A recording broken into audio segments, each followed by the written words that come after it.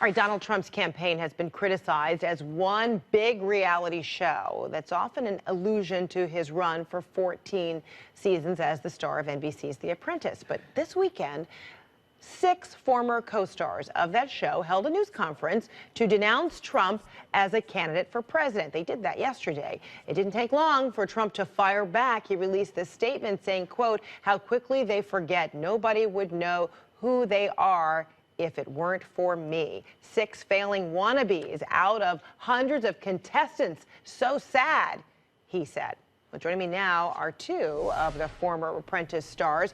Marshawn Evans-Daniels is here with me in Atlanta. She was on season 4, and Kwame Jackson was the runner-up in season 1. He joins me now from New York. Good to see both of you. Hello. Thank you for having us. All right, so Marshawn, let me begin with you, because this was a concerted effort. This was a tough decision, was it not, for a number of you who were on this on The Apprentice to say, collectively, we don't like what is happening here with the Trump campaign. So how did it come about? Well, it was a tough decision in the sense that it was a sad decision. I, along with hundreds of thousands of people, applied to be on The Apprentice because we were inspired by a vision and a visionary about the American dream. And so this was a sad decision because I felt that this was not just about opportunity. I did The Apprentice because it was an opportunity, but I also did it with a sense of duty as a woman of color, to represent what it means to be a successful businesswoman on television. And what this was about for me and for the 6 of us was because we felt as though our affiliation may be a sign that we agreed with Donald Trump's statements. And people have been asking for a long time. We've all actually spoken out individually before, but this came together because we decided that racism is not okay just to go unanswered, that sexism is not okay to go unanswered. And so we came together deciding that we wanted to speak out collectively. We did get a lot of backlash from it. And what is that what has been the response since you did that collectively yesterday? Yeah. Well, the response has been twofold. One, from the public, definitely from Trump supporters who were not very pleased. They said that we were seeking an additional 15 minutes of fame. And I think even some of the former Apprentice candidates who did not stand with us or in agreement with us finally now have decided to find their voice and have said that we misused our platform, that we should be loyal and grateful. And I think it's interesting because both of them are saying the exact same thing that Donald Trump said in his statement and calling us failing wannabes. Those of us, Kwame went to Harvard and me, Georgetown, had a platform both before this show and after. But he said, be careful about speaking out against me. And that's the language. At what point did you hear that? He said it in his official statement where he replied to all of us calling us failing wannabes, that we should be careful of what we're saying or else.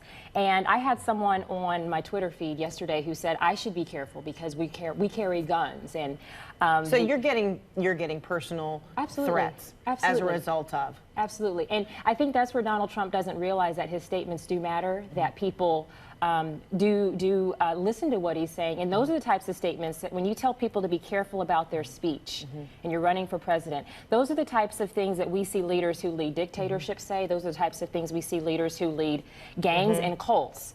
And there's this idea that you should not be disloyal. You should never bite the hand that maybe even helped you. I don't believe Donald hand feeds me. I believe that we're all grateful for the opportunity, but I'm not Trump made, I'm God made. And I think that we don't assimilate to the religion of Donald Trump. So then, Kwame, what were the gains or perhaps risks that you assessed before coming out in this very big way yesterday with your very, carefully crafted comments about how you assess Donald Trump and his campaign is in your words, kind of poisoning, the landscape?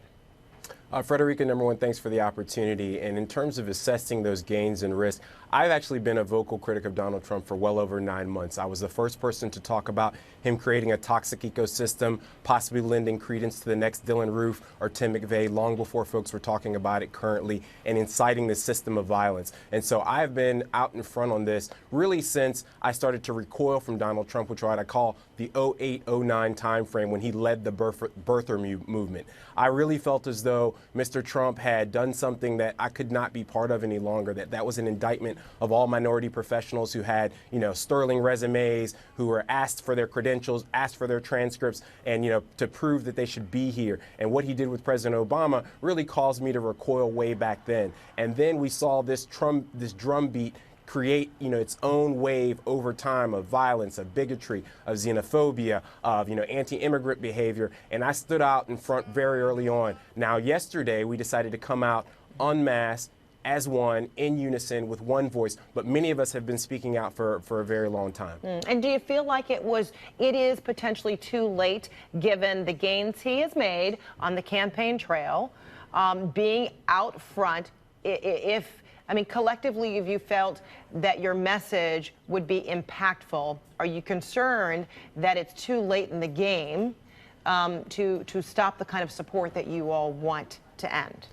Well, I don't think anybody in America saw this ship taking off the way it has. This cancer has metastasized. This Trump cancer has metastasized. And the level of support and the level of vitriol and venom that's been spewed has grown. And the fact that people have kind of bought into it is really disappointing for a lot of folks in terms of where we are as a nation. And so I think it took us all by surprise. And we were speaking out individually for months and months. But this is the first time we've had a chance to come together in unison, in particular right before the New York primary with all the delegates at stake. So in a way that's strategic, but at the same time, we've been voices in the wind for a long time, but there's always power in unity. And you still feel there is power in numbers? Oh, there's power in numbers, and I want to invite more people to not be afraid. There are so many people who said, thank you for speaking out about the things that we feel. There's millions of us who really feel this way.